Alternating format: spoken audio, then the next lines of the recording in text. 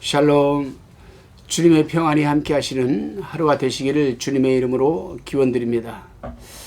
오늘은 마가복음 2장 1절로 28절의 말씀을 가지고 세리 마태라는 주제로 우리가 요약 강의 큐티를 나눠봅니다. 마태복음, 마가복음, 누가복음은 공관복음이라고 하는데, 이 마태, 마가, 누가가 예수님이 펼치는 그 사역과 표적과 이적을 똑같은 관점에서 보고 기록하였다. 그래서 공관복음이라고 합니다. 물론 중복되는 사건들과 스토리들이 있지요. 따라서 이미 마태복음에서 다룬 내용들은 생략하고 우리가 말씀을 나누도록 하겠습니다. 본문 1절로 5절의 말씀입니다. 수일 후에 예수께서 다시 가버나움에 들어가시니 집에 계신 소문이 들린지라 많은 사람이 모여서 문 앞에라도 용신할 수 없게 되었는데, 예수께서 저희에게 도를 말씀하시더니 사람들이 한 중풍병자를 4사람에게 메워 가지고 예수께로 올세 무리를 인하여 예수께 데려갈 수 없으므로 그 계신 곳에 지붕을 뜯어 구멍을 내고 중풍병자의 상을 달아내리니, 예수께서 저희의 믿음을 보시고 중풍병자에게 이르시되 소자야 내 죄사함을 받았느니라 하시니. 아멘. 예수님께서 갈릴리 전도사역과 치유사역을 마치시고 가버나움의 집에 계실 때 소문을 듣고 많은 사람들이 모여들어 예수님의 말씀을 듣고 있었습니다. 그때 4사람이 한 중풍병자를 상에 눕혀 데리고 왔는데 사람들이 많아서 도저히 예수님 앞으로 갈 수가 없었던 겁니다. 그러자 그들은 이 중풍병자를 지붕으로 데리고 올라가서 지붕을 뜯어내고 중풍병자를 예수님 앞으로 달아내렸습니다. 그러자 예수님은 그들의 믿음을 보시고 중풍병자를 치료해 주시고 구원을 시킨 겁니다. 자, 우리는 여기서 누구를 보아야 합니까? 포커스를 우리는 중풍병자에게 초점을 맞추지 말고 그를 데려온 4사람들에게 우리는 관심을 갖고 그들에게 초점을 맞춰야 됩니다. 왜냐하면 예수님께서 저희의 믿음을 보시오라고 했기 때문입니다. 그렇습니다. 예수님은 남의 집 지붕을 뚫고 중풍병자의 병을 고치고자 하는 그 믿음을 보셨던 것입니다. 우리 또한 마찬가지죠. 막대한 피해의 배상을 한이 있더라도 한 영혼을 주님께 인도하는 그 열정의 요원 구원의 사랑은 우리가 있어야 되지 않겠습니까? 한번 생각해 보십시오. 남의 집 지붕에 올라가서 지붕을 다 뜯어냈습니다. 병을 고치려고, 그 지인의 병을 고쳐주려고. 그러면 그 병을 고치고 나서는 그 집안에 지붕 뜯은 그거 배상을 해야 됩니까? 안 해야 됩니까? 막대한 물질에 여러분 손해를 배상해 줘야 돼요. 근데 이런 사람들은 그런 건 관여하지 않고 우선 한 영혼을 올바로 구원시키고자 하는데 목적이 있었던 겁니다. 이게 여러분 바로 복음의 여러분 굉장히 본질적인 면이라고 할 수가 있어요. 이 시대에. 우리 이 시대 사람들은 복음을 전하든 뭐를 하든 하나님의 일을 하는 데서 물질을 아까워합니다. 물질이 들어가는 것을 안 하려고 해요. 그러나 아닙니다. 한 영혼을 죽어가는 한 영혼을 살리는 게 중요한 겁니까? 물질을 갖고 있는 게 중요한 겁니까? 우리 인생이 70이 간 거라면 80이라고 했습니다. 80의 인생이 끝나고 7, 80의 인생이 끝나고 예수님에게로 갔을 때에 예수님께서 뭐라고 하시겠습니까, 여러분? 그 물질을 우리가 가져가는 겁니까? 안 가져가는 거잖아요. 공수래 공수고 빈손으로 왔다 빈손으로 인생은 가는 겁니다. 그러나 예수 믿는 사람들은 빈술에 공수래 공수고 절대 아닙니다. 빈손으로 왔지만 하나님이 주시는 재능과 은사와 달란트와 지식과 지혜와 이런 모든 것들을 통틀어서 하나님은 재물을 모으게 하세요. 그 하나님의 뜻입니다. 그러나 그 모은 재물을 가지고 어떻게 우리가 사용하냐에 따라서 여러분 인생은 훗날 달라지게 되는 겁니다. 여러분, 그 판단은 여러분이 하시기를 바랍니다. 다시금 본문 6절로 8절의 말씀입니다. 어떤 서기관들이 거기 앉아서 마음에 의논하기를 이 사람이 어찌 이렇게 말하는가 참담하도다. 오직 하나님 한 분 외에는 누가 능히 죄를 사하겠느냐. 저희가 속으로 이렇게 의논하는 줄을 예수께서 곧 중심에 아시고 이르시되 어찌하여 이것을 마음에 의논하느냐. 예수님이 중풍병자에게 죄사함의 은혜를 베풀자 서기관들은 참담하도다라고 했습니다. 여기서 참담하도다라는 의미는 하나님께만 죄사함의 권세가 있는 것을 예수님께서 하셨다라는 거 이해가 안 된다. 어이가 없다. 그런 뜻이거든요. 그렇습니다, 여러분. 서기관들은 예수님이 하나님의 아들 독생자이자 동시에 하나님이신 것을 알지 못했습니다. 당연히 그런 말이 나왔겠죠. 그렇다면 왜 예수님이 하나님의 아들 독생자 신분으로 이 땅에 오셨는가? 그냥 신의 모습으로 오시지 왜 신인 양성을 입고 이 땅에 오셨는가? 그것은 제가 누가복음에서 자세히 설명을 해드리겠습니다만 여기서 잠깐 말씀을 드리겠습니다. 먼저 이 말씀을 드리기 전에 하늘에서는 영적 전쟁이 있었죠. 오래전에. 어떤 전쟁이 있었습니까? 루시퍼 곧 천사장이 하나님의 자리에서 가장 가까운 데에서 하나님을 위해서 모든 시스템을 관할하고 있었습니다. 그러다가 그가 갑자기 교만해져 가지고 하나님의 자리를 찬탈하려고 그는 계획을 세웠습니다. 그래서 많은 천사들을 유혹을 하고, 오늘날로 말하면 세속적인 말로 하면 꼬신 거죠. 미혹을 해가지고 하나님에게 반기를 들었습니다. 그러다가 천사장에게 천사장하고 미카엘하고 싸이 붙어가지고 그들은 하늘에서 쫓겨났습니다. 그래서 사단은 공중권세 잡고 공중에서 공생권자를 잡 내려왔고, 천사들은, 타락한 천사들은 이 땅에 와서 귀신의 이름으로 활동을 하고 있는 겁니다. 그렇다면은 지금 예수 그리스도가 신의 모습으로 이 땅에 오게 된다면 하나님의 자리는 공석이 되는 거죠. 그렇죠? 그러면 하나님의 아들들, 딸들, 자녀들, 주의 종들이 기도할 때 누구에게 기도해야 되겠습니까? 하나님에게 기도해야 되죠. 저 보좌 앞으로 나와서 기도해야 되는, 기도를 드리는데 보좌 앞으로 원래 상단을 지키기 위해서 공석이 되면 되겠습니까? 그리고 그 자리를 여러분 비워놓고 성부라는 하나님이라는 자리를 비워놓고 내려오게 되면은 여러분 사단이 또 어떻게 역사하겠습니까? 그래서 하나님은 독생자, 하나뿐인 독생자라는 친자의 명분으로 이 땅에 오시게 된 겁니다. 이 부분을 신학적으로 제가 누가복음에서 다시 한번 자세히 다루도록 하겠습니다. 그렇습니다, 여러분. 우리는 지금도 하나님 우편 보좌에 앉으셔서 우리의 기도를 들으시고 우리의 기도를 갖다가 여러분 금대접에 담겨서 하나님 보좌로 올려주시고 우리를 위해서 중보기도 하시는 영원한 우리의 대제사장이신 중보자 예수 그리스도, 그분만이 우리에게 정답인 줄로 믿으시기를 바랍니다. 본문 14절로 17절의 말씀입니다. 또 지나가시다가 알페오의 아들 레위가 세관에 앉아있는 것을 보시고 저에게 이르시되 나를 쫓으라 하시니 일어나 쫓으니라. 그의 집에 앉아 잡수실 때에 많은 세리와 죄인들이 예수와 그 제자들과 함께 앉았으니 이는 저희가 많이 있어서 예수를 쫓음이러라. 16절에 바리새인의 서기관들이 예수께서 죄인들과 세리들과 함께 잡수시는 것을 보고 그 제자들에게 이르되 어찌하여 세리와 죄인들과 함께 먹는가? 17절에 예수께서 들으시고 저에게 이르시되 건강한 자에게는 의원이 쓸데없고 병든 자에게라야 쓸데있느니라. 내가 의인을 부르러 온 것이 아니요 죄인을 부르러 왔노라 하시니라. 아멘.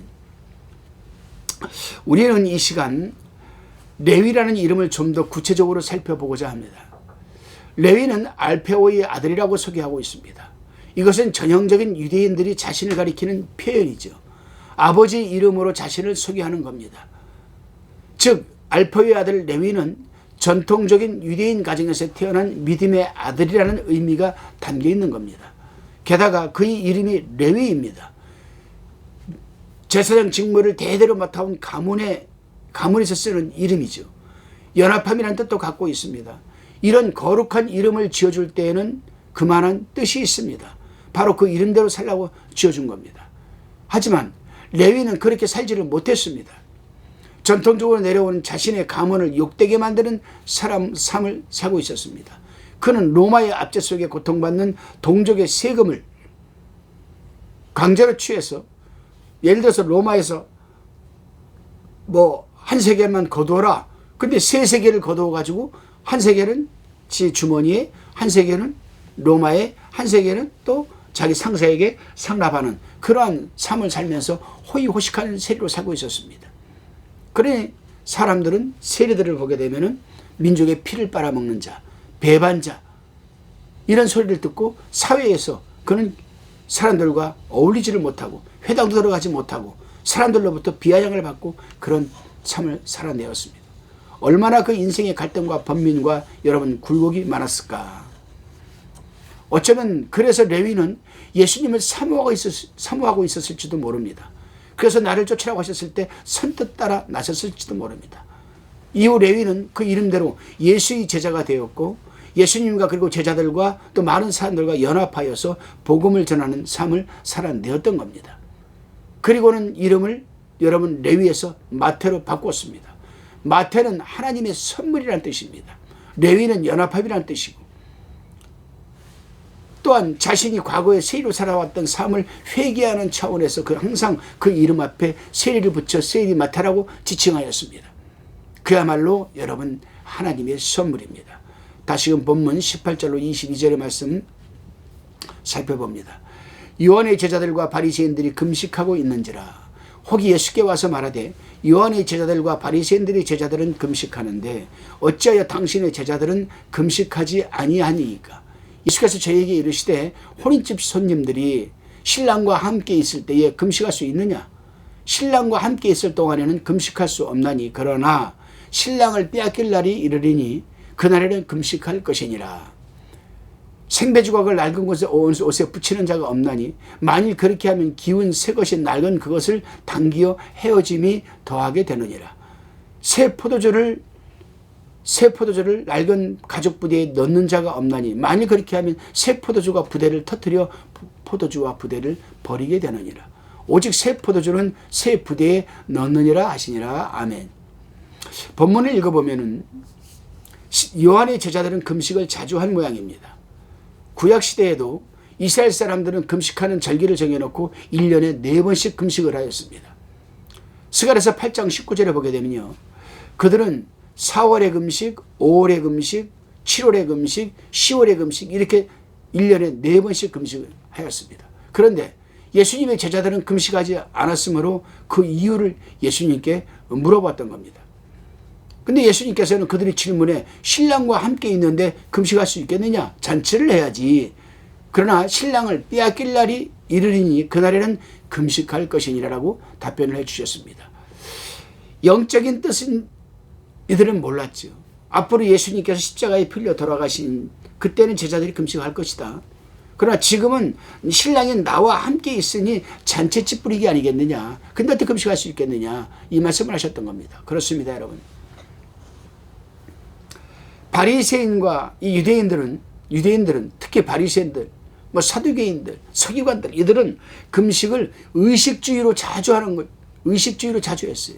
그러나 금식을 의식주의로 자주 하는 것은 올바른 금식이 아닙니다, 여러분. 주위에 보면 조금만 무슨 일이 있으면 금식을 하는 분들이 있는 걸 종종 보게 됩니다. 그것은 자기 생각에서 금식을 하는 것이지 하나님께서 원하시는 금식은 아니라는 겁니다. 이사야 선지자는 금식에 대해서 올바로 정의를 해 주었습니다. 이사야서 58장 6절에 보게 되면 내가 기뻐하는 금식은 흉악의 결박을 풀어주며 멍에의 줄을 끌어주며 압제당하는 자를 자유케 하며 모든 멍에를 꺾는 일이 아니겠느냐라고 하였습니다. 자, 이 이사야서 58장 6절에 보게 되면요. 금식의 주체가 누굽니까? 금식의 주체가 금식은 내가 하지만 내가 금식을 하면서 어떤 행동을 수반할 것을 여기에 여러분 따른다는 것을 지금 말해주고 있는 거예요. 하나님이 기뻐하는 금식은 흉악의 결박을 풀어주며 멍에의 줄을 끌어주며 압제당하는 자를 자유케 하며라고 했습니다. 그러니까 자기 자신도 포함이 되지만 남에게 어떻게 해주는가? 남에게 흉악의 결박에 묶여있는 사람을 풀어주고 멍에의 줄에 묶여있는 사람을 끌어주고 압제당하는 자를 자유케 하여주고 모든 멍에를 꺾어주는 것이 금식의 근본이라는 겁니다, 여러분. 근데 우리는 금식을 하면은 꼼짝 안 해요. 금식하면요 3일 금식하는 것도 힘들다고 그냥 안방에 누워가지고 따뜻한 물 빼놓고 그대로 누워 있습니다, 여러분. 그대로 누워 있어요. 3일 금식하는 아유 아니에요. 심지어 생명 있는 것도 힘들어해요. 기도하는 것도 힘들어요. 금식 기도가 뭡니까, 여러분? 먹는 것조차 시간이 아까워서 금식하는 거, 이게 금식 기도예요. 근데 우리는 그렇지 않잖아요. 금식의 정의를 우리는 올바로 정리가 되어야 되겠습니다. 당시 이스라엘 백성들은 우리가 금식하되 어찌하여 주께서 돌아보지 아니하시며 우리가 마음을 괴롭게 하되 어찌하여 주께서 알아주지 아니하시나이까 라고 반문했어요, 하나님한테. 금식을 하면서. 그렇습니다. 금식하면서 논쟁하고 다투고 세상에 젖어 있는데 하나님께서 원하시는 금식이 되겠습니까, 여러분? 나쁜 생각을 하고 있는데 하나님께서 기뻐하시는 금식은 자기 자신의 위로와 현실 문제 도피와 그런 걸로 금식하면 하나님께서 응답해 두시겠지라는 막연한 것이 아닙니다. 하나님의 입장에서 하나님의 뜻을 이루어가기 위한 금식이 하나님이 원하시는 금식이라는 겁니다, 여러분. 이사야서 58장 6절을 자세히 한번 읽어보세요. 흉악의 결박을 풀어주며 멍에의 줄을 끌어주며 압제당하는 자를 자유케 하며 모든 멍에를 꺾는 것이 아니겠느냐라고 하였습니다. 풀어주며 자유케 하며 멍에를 꺾는 것, 금식의 이유와 목적입니다. 그렇습니다, 여러분. 금식이 자신이 그 어떤 문제를 풀기 위해서 또는 은사를 받기 위해서 하는 것이 아니라 이웃의 자기들 포함한 이웃들의 영혼들이 그 어떤 것에 매여있는 것을 풀어주고 끌어주며 자유하게 하며 멍에를 꺾어주기 위한 금식이 하나님의 기뻐하시는 금식이라는 겁니다. 그렇습니다. 예를 들어 보면은 제가 지금 전도하기 위한 한 영혼을 놓고 기도하고 있습니다. 근데 마음에 감동이 안 와요. 저 사람에게 복음을 전해야게 됐는데 성령께서 감동과 조명을 주시지 않습니다. 이럴 때 금식을 하면서 하나님, 저 영혼을 하나님 구원받게 하옵소서. 저 영혼이 지금 고통당하고 있는 저 문제도 해결하여 주옵소서. 저들을 주님 품으로 인도할 수 있도록 하나님 도와주옵소서. 저에게 내가 복음을 전하게 될 때에 하나님, 저가 마음문을 열게 하시고 말씀을 듣게 하시고 예수 그리스도를 구주로 영접하게 하여 주셔서 저의 묶여있는 모든 것들이 풀어지게 하옵소서라는 이 기도를, 이게 바로 여러분 금식 기도의 근본입니다, 여러분. 그렇습니다. 우리는 이제 금식 기도를 올바로 정리했으니까 우리가 그렇게 하도록 해야 되겠습니다. 기도드리시겠습니다. 주님, 우리가 세상을 살아갈 때 우리의 삶이 철학과 배운 지식과 살아온 삶의 경험을 바탕으로 살아가지 않도록 붙들어 주시고 그리스도인이라는 성도는 이름에 걸맞는 삶을 살아가게 하옵소서. 예수님의 이름으로 기도드리옵나이다. 아멘.